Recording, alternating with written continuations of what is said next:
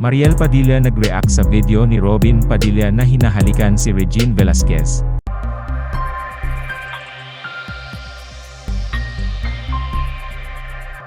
Hindi pa humuhupa ang issue at pambabatikos kay dating TV host na si Mariel Padilla patungkol sa kanyang IV drip sa loob ng Senado ay naging usap-usapan na naman ito sa social media. Ito ay matapos mag-react si Mariel sa video ng kanyang asawang si Robin Padilla, na nakikipaghalikan sa singer na si Regine Velasquez Alcacid, kamakailan.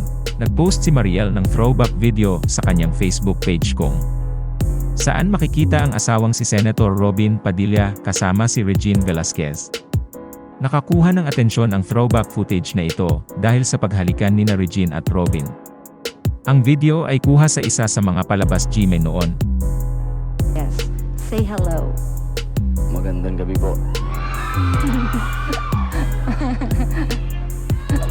Ano? Ano? Mamaya? Parehas tayong malandi, titing malagkit.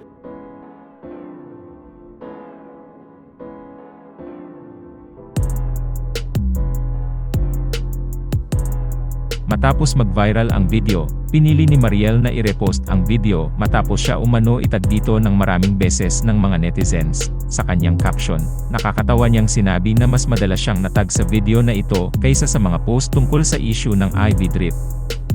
Bukod pa rito, tinanong niya kung nasiyahan ang lahat na sa wakas ay naibahagi na niya ito. Ang daming nagtagsakin, mas madami pa nagtagsakin dito kesa sa IV drip. O ayan, masaya na kayo? Ako na nag-share, happy. Happy na ba lahat? Tag ko na din si Kuya Ogie Alcacid kasi dalawa kami tag nyo. Yehey, sabi niya sa kanyang post. Kung maalala, si Mariel Padilla ay humarap sa mga backlash kasunod ng sirkulasyon ng mga pictures niya na sumasailalim sa isang medical procedure na una ay napagkamalan na isang glutathione o skin whitening, ngunit kalaunan ay nilinaw na ito ay vitamin C. Binatikos ito dahil ang kanyang medical procedure ay naganap sa opisina ng kanyang asawang si Senator Robin Padilla sa Senado, na itinuturing ng marami na hindi nararapat at walang galang sa dignidad ng Senado. Bilang tugon sa kritisismo, naglabas si Mariel ng public apology, na binibigyang diin na ang kanyang intensyon ay hindi upang siraan ang Senado, ngunit sa halip ay bigyang diin ang kahalagahan ng pagpapanatili ng kalusugan sa gitna ng mga abalang schedule. Nilinaw niya na naroroon siya sa Senado upang suportahan ang trabaho ng kanyang asawa, at isang qualified medical professional supervised the procedure. Humingi rin ng paumanhin si Senador Padilla sa mga opisyal ng Senado na inaamin ang pagkakamali at gumawa ng mga hakbang upang maiwasan ang mga katulad na insidente sa hinaharap.